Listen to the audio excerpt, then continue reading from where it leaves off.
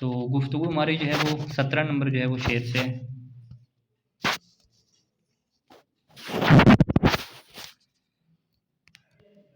وَكَنِيَابَةٍ عَنِ الْفِعْلِ بِلَا تَأَثُّرٍ وَكَافْتِقَارٍ أُصِّلَ۔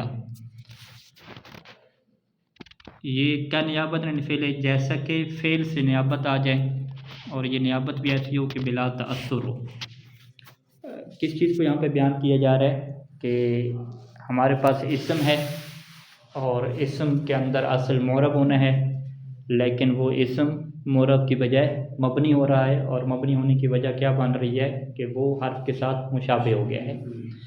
تو حرف کے ساتھ مشابہت کی جو دو قسمیں ہیں وہ 16 نمبر شعر میں بیان ہوئی، کہ ایک کو شباہت وضعی کہتے ہیں اور دوسری کو شباہت معنوی کہتے ہیں۔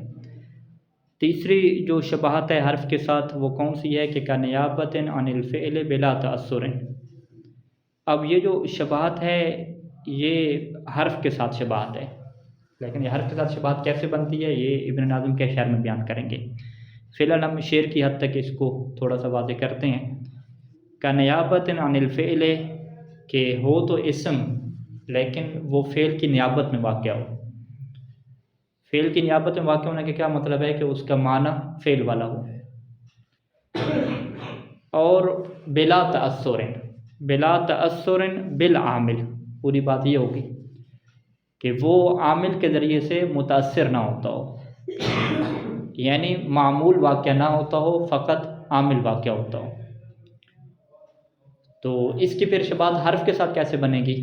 ٹھیک ہے، اس کی مثال کون سی ہوتی ہے کہ وہ اسم جو فعل والا معنی دیتے ہیں ان اسم کو کیا کہتے ہیں؟ اسم فعل کہتے ہیں۔ ٹھیک ہے، جیسے سہ، ماہ، ہیہات، نزال، تراکی کی مثالیں۔ تو اس میں فعل کیا ہوتا ہے جی؟ مبنی ہوتا ہے۔ تو اس میں فعل کے مبنی ہونے کی وجہ کیا ہے؟ کیونکہ یہ حرف کے ساتھ مشابہ ہو گیا۔ حرف کے ساتھ مشابہ کیسے ہوا ہے؟ ٹھیک ہے، شباہت کون سی بنے گی؟ تو ہم شباہت یہ کہیں گے کہ یہ فعل کی نیابت میں ہے، اور بلا تأثر، اور اس کے اوپر کوئی عامل نہیں آتا، یعنی یہ خود عمل کرتا ہے، اس کے اوپر کوئی عامل نہیں ہوتا۔ تو اس طرح کے ہمارے پاس حروف موجود ہیں، یعنی حروف ہمارے پاس ایسے ہیں کہ جو فعل کی نیابت میں استعمال ہو جاتے ہیں، اور وہ کسی عامل کے ذریعے سے متاثر بھی نہیں ہوتے۔ وہ انا اور کانا جیسے حروف ہیں، حروف مشبہ بالفعل جسے کہتے ہیں۔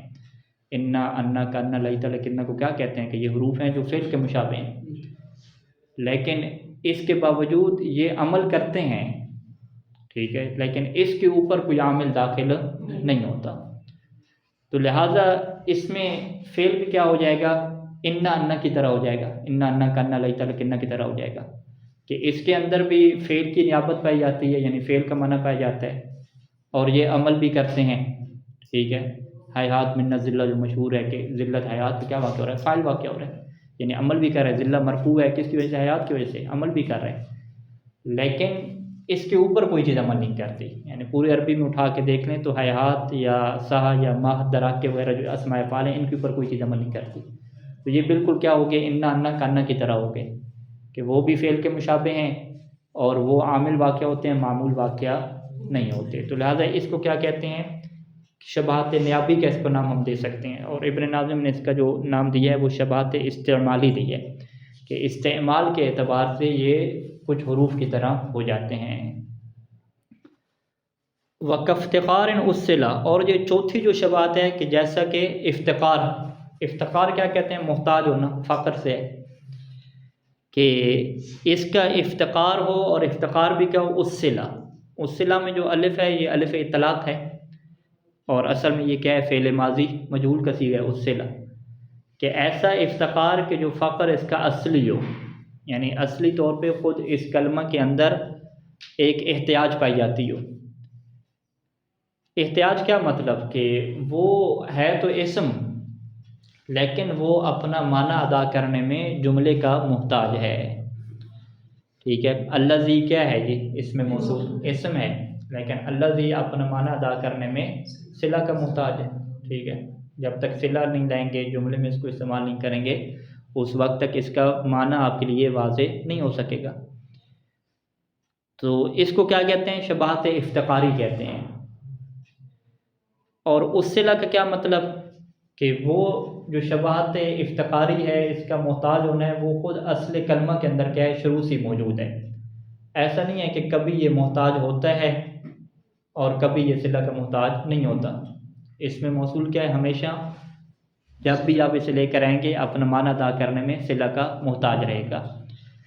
تو یہ احتیاج کیا ہے، یہ بھی حروف کے مشابہ ہے، کیونکہ حرف بھی کیا ہوتے ہیں، اپنا معنی ادا کرنے کے لیے کس کے محتاج ہوتے ہیں، جملہ کے محتاج ہوتے ہیں۔ تو یہ اسم بھی کیا ہو جائے گا، اپنا معنی ادا کرنے میں جملے کا محتاج ہو جائے گا، تو یہ پھر کس کی طرح ہو گیا، حروف کی طرح ہو گیا۔ اور اس صلہ کی قید کیوں لگائی ہے، کیونکہ کچھ اسم ہمیں ایسے ملیں گے کہ جو صلہ کی طرف محتاج ہوتے ہیں یا اس کے بعد ایک حصہ لانا پڑتا ہے، لیکن وہ ہمیشہ نہیں ہوتا، وہ کچھ حالات میں ہوتے ہیں۔ جیسے فرض کریں کہ موصوف جو اسم واقعہ ہوتا ہے، اس کے لیے صفت جب تک نہیں لائیں گے تو وہ موصوف واقعہ نہیں ہو سکے گا، ٹھیک ہے۔ اب ہم یہ کہیں گے کہ زید جو ہے یہ محتاج ہے کس کا جی، صفت کا، تو زید کیا ہمیشہ صفت کا محتاج ہوگا، ہم کہیں گے نہیں، ہمیشہ نہیں ہوگا محتاج، بلکہ کب یہ محتاج ہوگا صفت کا، کہ جب یہ موصوف واقعہ ہو۔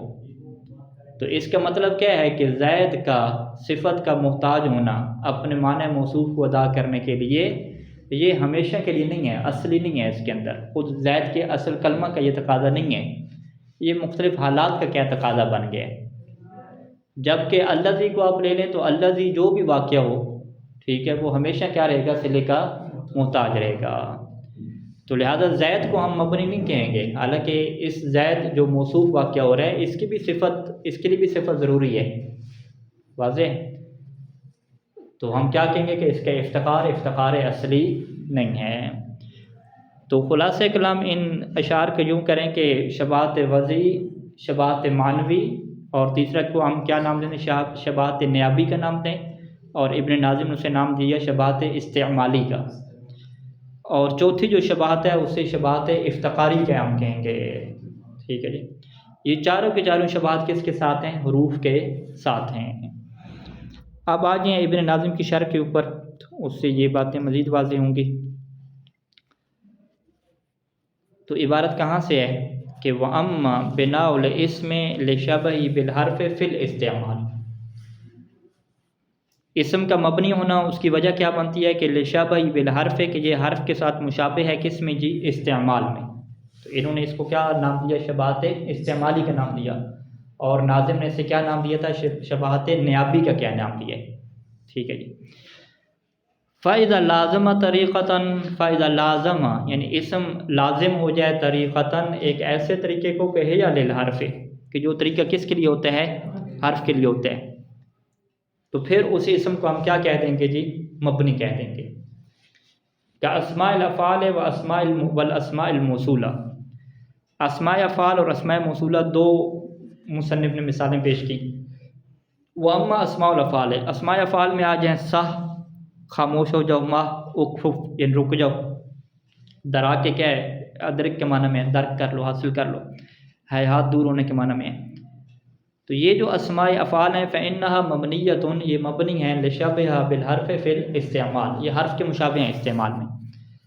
اب وہ حرف کے کیسے مشابہ ہیں استعمال میں، اس کی وضاحت کر رہے ہیں۔ وہذا، اور یہ استعمال میں مشابہ ہونا حرف کے اس جیسے ہے کہ لأن اسماء الافعال ملازمۃ للاسناد الی الفاعل، کیونکہ اسماء افعال ملازم ہیں، کس چیز کو ملازم ہیں کہ للاسناد الی الفاعل، کہ یہ فاعل کی طرف کیا ہوں گے، مسند ہوں گے، یعنی کوئی بھی اس میں فعل آپ لے کر آئیں گے تو اس کے اندر فاعل تو ہوگا، ٹھیک ہے۔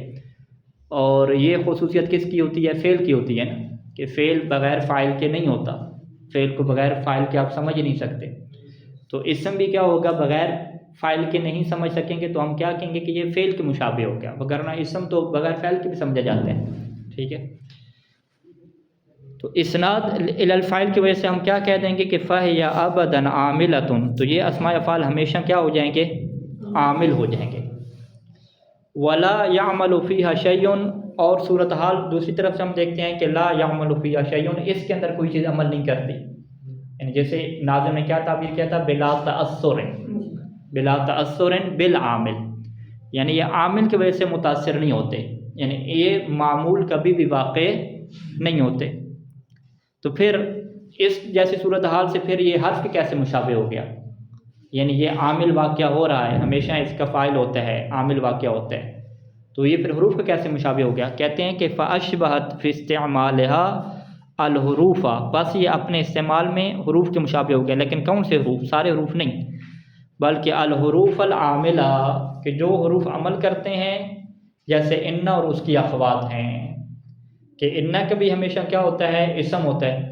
ان بھی کیا ہے؟ بغیر اسم اور خبر کے نہیں آتا. اس کی ساری اخوات جو ہوں گی وہ بھی بغیر اسم اور خبر کے نہیں آتی.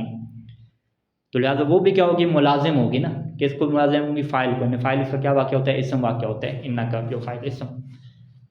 اور دوسرا کیا ہے کہ ان اور اس کی اخوات جتنی بھی ہیں یہ فقط کیا واقع ہوتی ہیں جی؟ عامل واقع ہوتی ہیں، لیکن معمول واقعہ نہیں ہوتی. فبنیت لذالک، بس اسی وجہ سے اسماء افعال کو کیا کر دیا جائے گا؟ مبنی کر دیا جائے گا. تو یہ شباہت استعمالی ہوگی. دوسری مثال اسماء موصولہ. اسماء موصولہ کو شباہت افتخاری میں ہم داخل کریں گے. اسماء موصولہ جیسے الذی اور اللتی ہیں کہ مما یفتقر الی الوصل، کہ جو محتاج ہوتے ہیں الی الوصل، کہ آپ اس سے ملائیں کس کے ساتھ؟ بجملۃ خبریہ، آپ جملہ خبریہ کے ساتھ ملائیں گے. کہ مشتملۃ علی ضمیر، کہ جو مشتمل ہوگا ضمیر عائد کے اوپر، کہ جو اس کی طرف پلٹ رہی ہوگی، تو یہ اس کا محتاج ہوتا ہے. فإن حقها البناء، تو پس اس کا حق کیا بنتا ہے کہ اسے آپ مبنی کریں. کیوں؟ لأنها تلازم الجملہ، کہ یہ جملوں کو کیا ہو گیا؟ لازم ہو گیا. یعنی یہ الگ کبھی نہیں آتا، ہمیشہ جملے کے ساتھ کیا آئے گا. تو پھر حرف کے کیسے مشابہ ہو گیا؟ کہتے ہیں کہ فَهِيَ كَالْحُرُوفِ فِي الْاِسْتِعْمَالِ، تو بس یہ حروف کی طرح ہو گیا استعمال میں. کیوں؟ فَإِنَّ الْحُرُوفَ بِأَسْرِهَا، حروف سارے کے سارے، اصل سارے کے سارے حروف کیا ہیں؟ لا تستعمل الا مع الجمل، حروف کبھی بھی استعمال نہیں ہوتے مگر جب بھی استعمال ہوتے ہیں تو جملے کے ساتھ کیا استعمال ہوتے ہیں؟ حرف کے بعد ایک جملہ ہوتا ہے. اما ظاہرتاً او مقدرتاً، اب چاہے وہ جملہ ظاہری طور پہ آپ کو نظر آ رہا ہو، اگر ظاہری طور پہ نظر نہیں آ رہا ہو تو وہ جملہ کیا ہو جائے گا؟ مقدر ہو جائے گا. یعنی جملہ ظاہری کی مثالیں تو کیا ہیں؟ یہی آپ کہتے ہیں نا مررت بزید، میں آپ نے پورے جملے کے اندر استعمال کیا مررت بزید میں، حرف جارہ جو ہے وہ زید کے اوپر داخل ہو گیا. سرت من البصرۃ الى الکوفہ، حرف جارہ کیا مثالیں ہیں؟ یا جو ہے وہ حروف کی مثالیں آپ لے کر آتے ہیں، استفہام وغیرہ کے جو حروف ہیں، تو سب میں آپ کو کیا لگے گا کہ جب بھی استعمال انہیں کریں گے تو جملہ لے کر آئیں گے. اب ان میں تو جملہ کیا آپ کو نظر آ رہا ہے واضح طور پہ، لیکن کچھ جگہوں پہ حروف عربی زبان میں ایسے آتے ہیں کہ ان کے بعد جملہ نہیں ہوتا. لیکن جملہ نہ ہونے کا یہ مطلب نہیں ہے کہ جملہ ہے ہی نہیں، بلکہ وہاں پہ جملہ کو کیا رکھا جاتا ہے؟ مقدر رکھا جاتا ہے. اس کے لیے جو ہے وہ جو خلیفہ ثانی کا جملہ ہے کہ جناب زہرا سلام اللہ علیہ کے گھر پہ انہوں نے حملہ کیا ان لوگوں نے، تو اس وقت جو ہے وہ حتی قیل لعمر، عمر سے کیا کہا گیا کہ ان فی الدار فاطمہ، کہ گھر میں کیا ہے؟ فاطمہ ہے. تو اس نے آگے سے کیا کہا تھا؟ وہ ان، ٹھیک ہے، وہ ان کے بعد کیا ہے؟ ان شرطیہ اس نے لگایا. ان شرطیہ کے بعد اس نے جملے کا ذکر نہیں کیا. ٹھیک ہے، تو اب ہم کیا کہیں گے کہ جو ان کا استعمال ہوا ہے یہ حرف کا استعمال بغیر جملے کے ہو گیا، تو ہم کہیں گے نہیں، اس کے بعد جملہ کیا ہے؟ مقدر ہے. یعنی وہ ان کانت فی الدار فاطمہ، تو کانت فی الدار فاطمہ یہ جملہ کیا ہے؟ مقدر میں ہو گیا. ٹھیک ہے، تو لہٰذا اس سے کیا کہتے ہیں کہ حروف جتنے بھی ہیں وہ جملوں کے ساتھ ہی استعمال ہوں گے یا جملوں کے اندر ہی استعمال ہوں گے. اگر اس کے بعد کوئی جملہ آپ کو نظر نہیں آ رہا تو وہ جملہ کیا ہوگا؟ تقدیر میں ہوگا. تو یہ جملہ مقدرہ کی کیا یہ مثال ہے. ٹھیک ہے، یہاں تک بات کیا ہوئی؟ مکمل ہوئی. اب اگلی بحث یہ ہے کہ اگر متعارض ہو جائے، شباہت حرفی رکھنے کے باوجود ایک ایسی چیز متعارض ہو جائے کہ جو اسم کا کیا تقاضا کرتی ہے، جو اسم کی شباہت کیا قوی ہے، یعنی شباہت حرفی بھی آ گئی، ادھر سے ایک ایسی چیز آ گئی کہ جو فقط کیا اسم کے ساتھ خاص ہوتی ہے، تعارض ہو جائے. تو تعارض میں تو پیچھے ہم نے کیا قانون بیان کیا تھا کہ تعارض میں تو ہم اس اسم کو کیا کرا دیں گے؟ مرب کہہ دیں گے، اس سے صاف کریں گے. تو یہاں پہ کہتے ہیں کہ وَلَوْ عَارَضَ شَبَهَ الْحَرْفِ فِي الْاِسْتِعْمَالِ، اگر جو حرف کا شباہت استعمال میں ہے اس کے متعارض ہو جائے. کیا چیز متعارض ہو جائے؟ ما يقتضي الاعراب، کہ جو اعراب کا تقاضا کرتی ہے. تو عمل بہ، تو پھر اسی کے مطابق عمل کیا جائے گا، یعنی جو اعراب کا تقاضا کر رہی ہے اسی کے مطابق عمل کریں گے، یعنی اسم کو معرب قرار دے دیں گے. وَلِذَلِكَ عُرِبَ اللَّذَانِ وَاللَّتَانِ، اللذان اور اللہ تعالیٰ نے جو دو تسنیہ کے سیغے ہیں اسے معرب قرار دیا کیا. وَإِنْ أَشْبَهَ الْحَرْفَ فِي الْإِسْتِعْمَالِ، اگرچہ وَإِنْ أَشْبَهَ تسنیہ کا سیغہ وَإِنْ أَشْبَهَ اگرچہ یہ دونوں کیا ہیں مشابہ ہیں، الحرف حرف کے مشابہ ہیں استعمال میں، کہ اللذان اللہ تعالیٰ اس میں موصول ہے نا، بغیر جملے کے استعمال نہیں ہوں گے.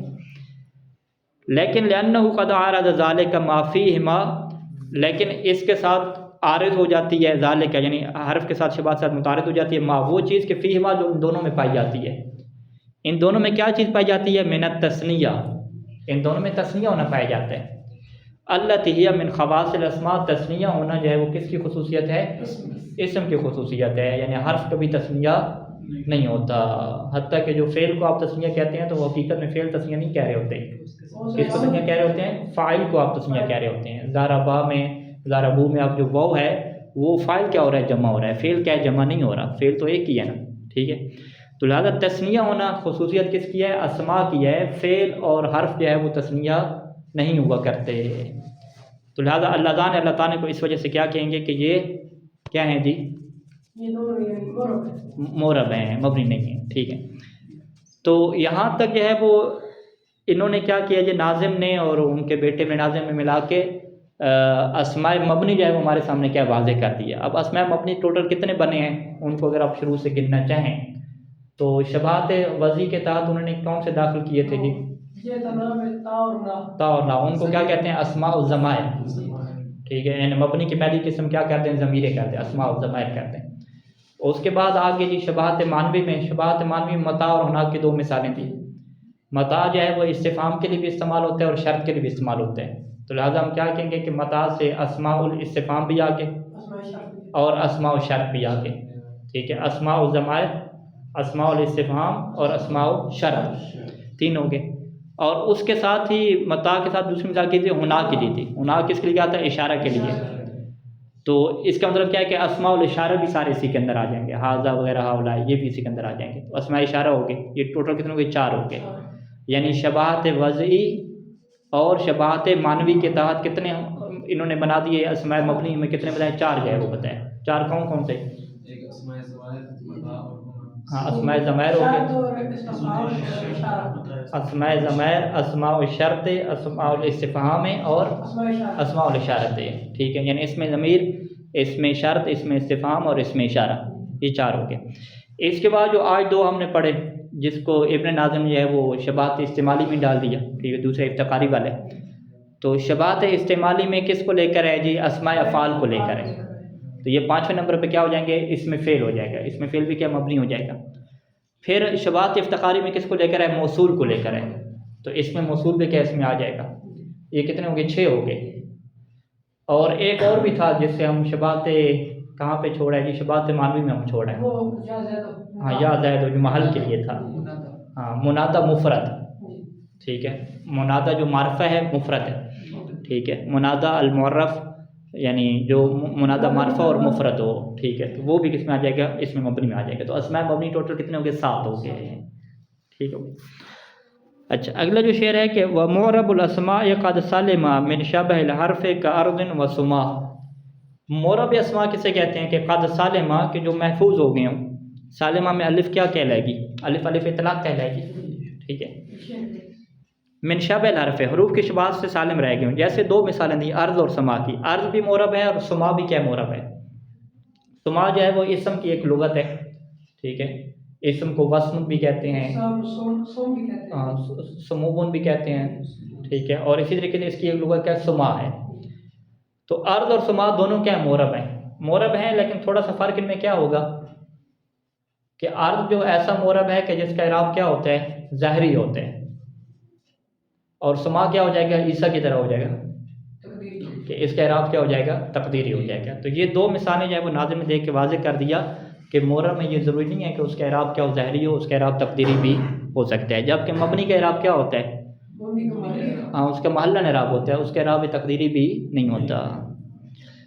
المعرب من الاسماء ما سلم من شبہ الحرف علی الوجہ المذکور. ما سالمہ کہ جو سالم رہ جائے شبہ حرف سے علی الوجہ المذکور. وجہ مذکور سے کیا مراد؟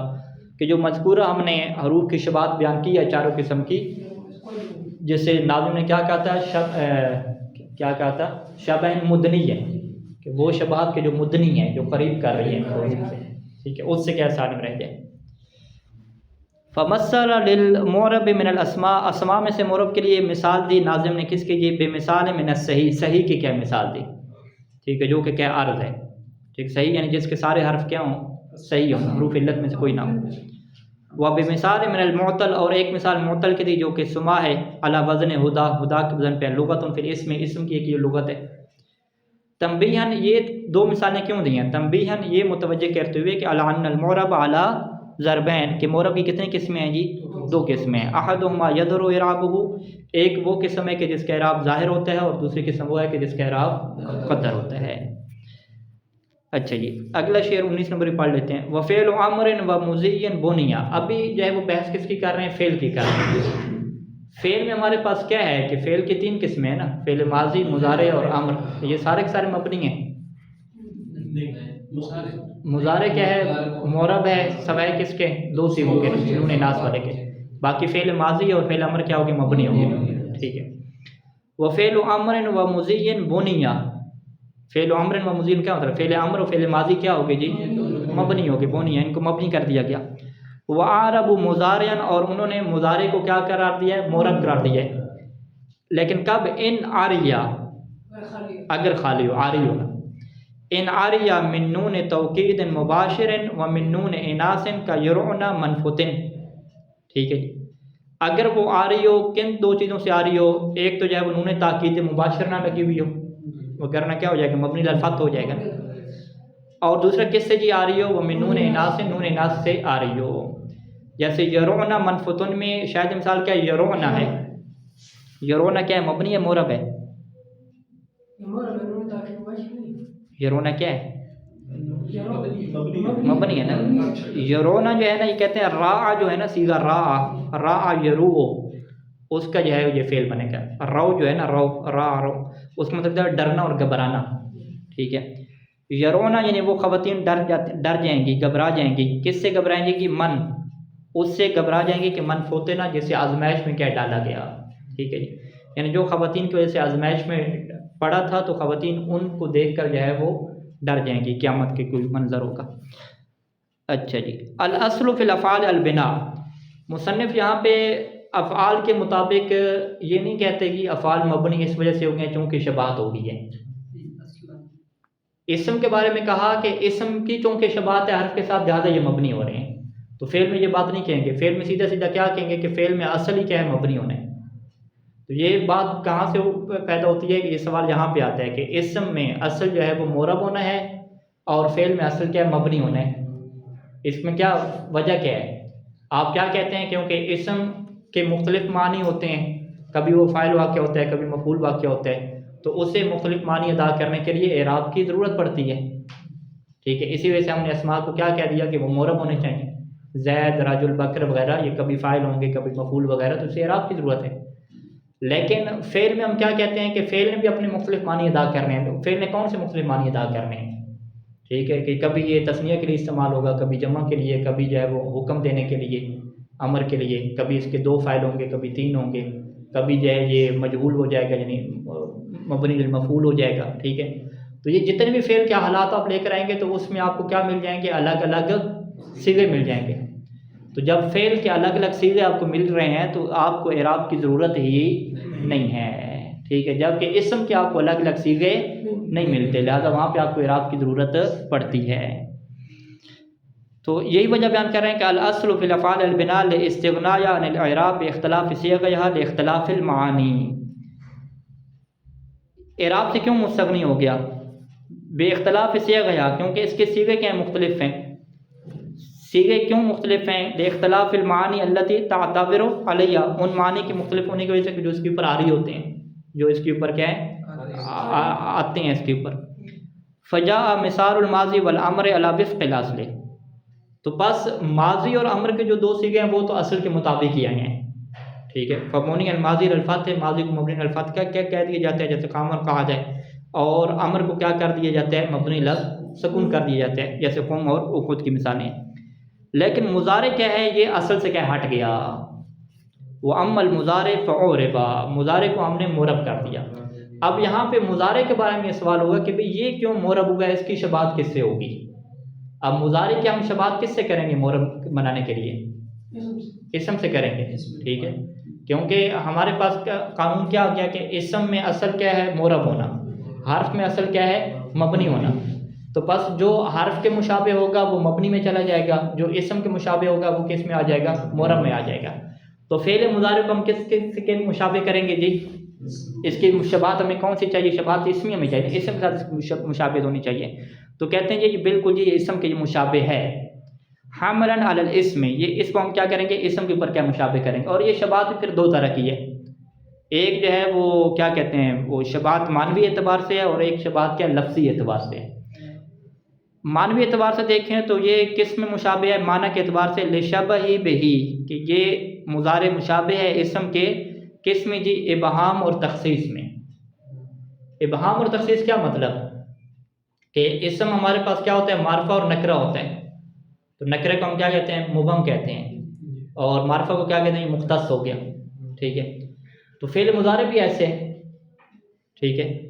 فعل مضارع کیا ہے؟ مبہم ہے، یعنی حال اور استقبال، حال اور استقبال دونوں کے لیے کیا استعمال ہو سکتا ہے، اور مختص بھی ہو جاتا ہے، ٹھیک ہے۔ جب اس کے اوپر کیا ہے وہ سین اور صوفہ داخل ہوتے ہیں استقبال کے ساتھ خاص ہو جاتا ہے، اور حال کے ساتھ کب خاص ہوتا ہے؟ لام داخل ہو، لام میں مفتوحہ جب داخل ہو، ٹھیک ہے۔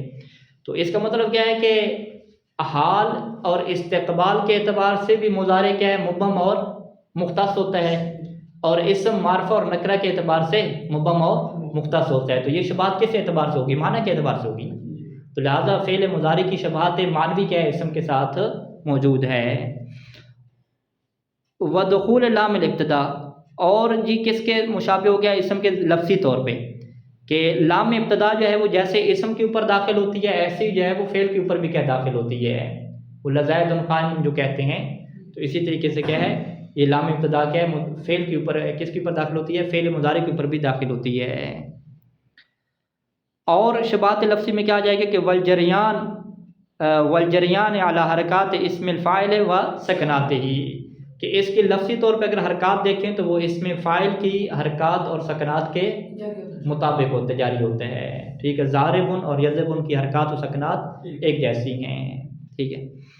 لیکن اعرابہ مشروط، لیکن اس کا معرب ہونا مشروط ہے کہ بأن لا یتصل به نون توکید ولا نون اناث، فإن اتصل به نون التوکید بنی علی الفتح نحو لا تفعلن۔ نون تاکید کی صورت میں مبنی الفتح ہم اسے کیوں کرتے ہیں؟ اس کی وجہ کیا ہے؟ ٹھیک ہے، آپ کیا کہہ رہے تھے کہ بھئی جب آپ نے اسے کس کے مشابہ قرار دیا؟ اسم کے مشابہ قرار دیا، تو یہ ایک فعل مضارع کیا ہو گیا؟ معرب ہو گیا۔ تو نون تاکید کی صورت میں اس کی شباہت جو ہے وہ اسم کے ساتھ کمزور کیوں پڑ جاتی ہے؟ ٹھیک ہے، وہ شباہت کیوں ختم ہو جاتی ہے؟ اس کی وجہ کیا ہے کہ نون تاکید کی صورت میں یہ مرکب ہو جاتا ہے 15 کی طرح، اور ترکیب کس میں سے ہم بناتے ہیں؟ ترکیب کی وجہ سے چیزیں کیا ہو جاتی ہیں؟ مبنی ہو جاتی ہیں نا، مبنی الفتح ہوتا ہے نا مرکب۔ یہ 11 15 جس میں مرکب میں آپ نے پڑھا تھا نا، ٹھیک ہے، کہ جو دو چیزوں کو مرکب کر کے آپ جب ایک بناتے ہیں تو وہ چیزیں کیا ہو جاتی ہیں؟ مبنی ہو جاتی ہیں۔ اچھا، لأنه ترکب مع النون ترکیب 15، کیونکہ یہ نون کے ساتھ مرکب ہو جائے گا اور ترکیب اس کی کیا بنے گی؟ 15 کی بنے گی۔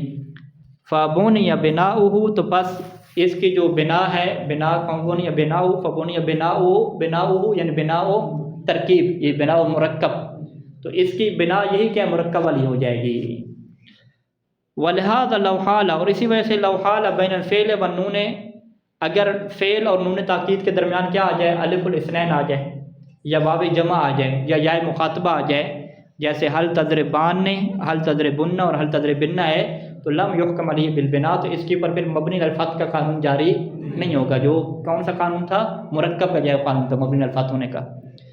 کیوں؟ لتعذر الحکم علیہ بالترکیب، کیونکہ اب اس کے اوپر ترکیب والا حکم نہیں لگے گا۔ کیوں؟ اذ لم یرکبوا ثلاثۃ اشیاء، کیونکہ عرب 3 چیزوں کو مرکب نہیں بناتے بلکہ 2 چیزوں کو کیا بناتے ہیں؟ مرکب بناتے ہیں، اور یہاں پہ کیا ہو جاتی ہیں؟ 3 چیزیں بن جاتی ہیں نا، نون بھی الف اثنین واو جمع اور یا مخاطبہ آ جاتی ہے۔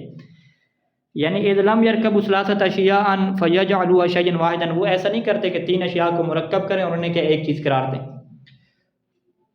والاصل فی نحو حل تضربان حل تضربانن، حل تضربان میں اصل کیا تھی؟ حل تضربانن تھی، اور نون کیا ہوگی؟ تین نونیں کیا ہوگی؟ ثقیل ہوگی. فاستثقلت النونات فحذفت نون الرفع، نون رفع کو کیا حذف کر دیا گیا تخفیف کی خاطر.